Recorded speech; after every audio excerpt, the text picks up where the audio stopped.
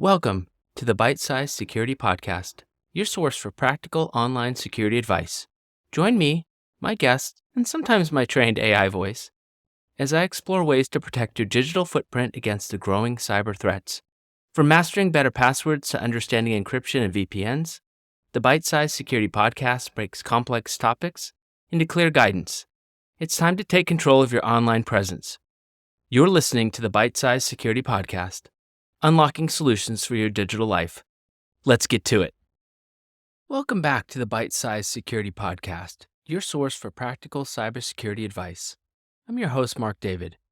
With new account breaches in the news weekly, it's clear relying on passwords alone is not enough to protect our online identities.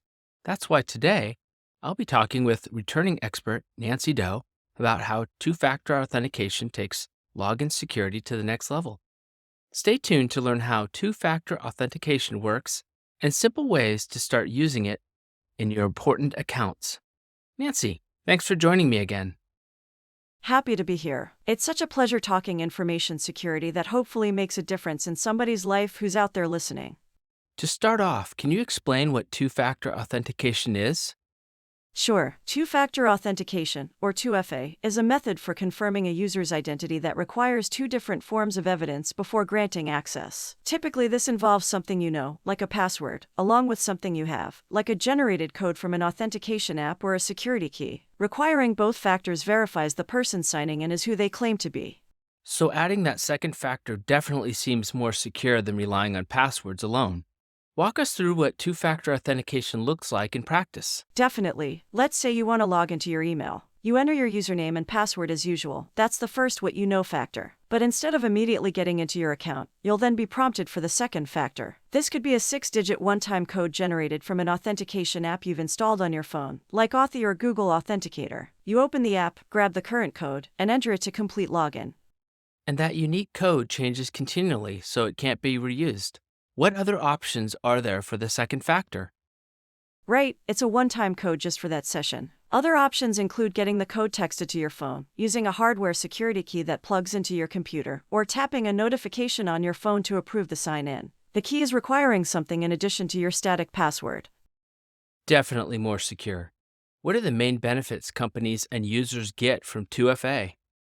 There are a few big upsides. It blocks hackers and thieves who manage to steal a password, since they won't have the second factor to complete access. It prevents automated bots from breaching accounts using lists of leaked credentials. It alerts you to login attempts from unknown devices. And it gives users peace of mind knowing their accounts have extra protection. Enabling 2FA is one of the top steps companies and individuals can take to improve login security. Are there any downsides to be aware of?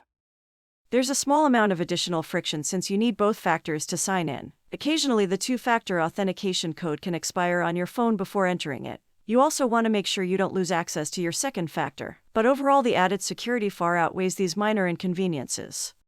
What advice do you have for listeners looking to start using 2FA?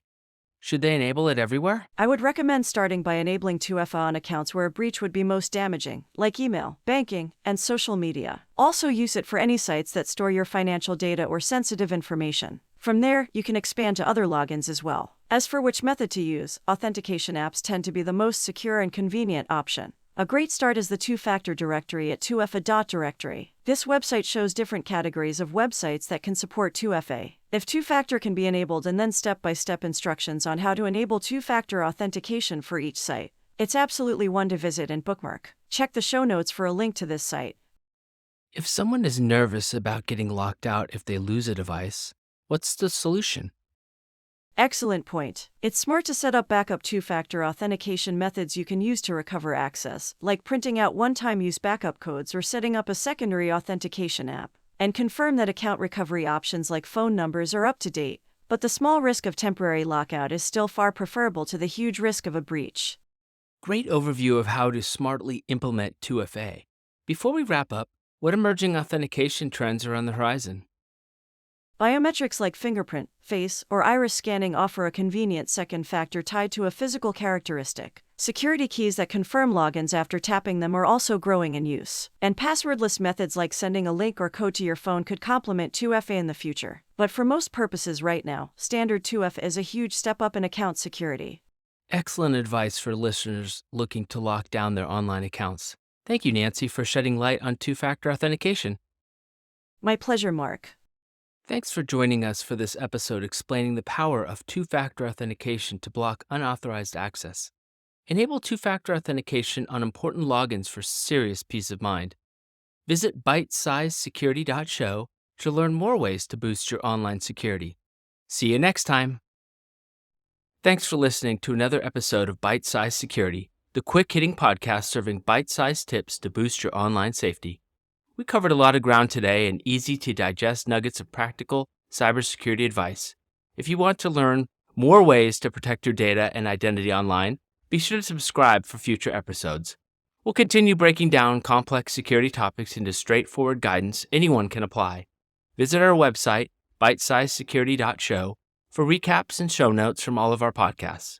We hope these bite-sized cyber lessons have given you new tools in your digital security toolbox. This is your host signing off until next time. Stay safe in the digital world. You've been listening to Byte-Sized Security.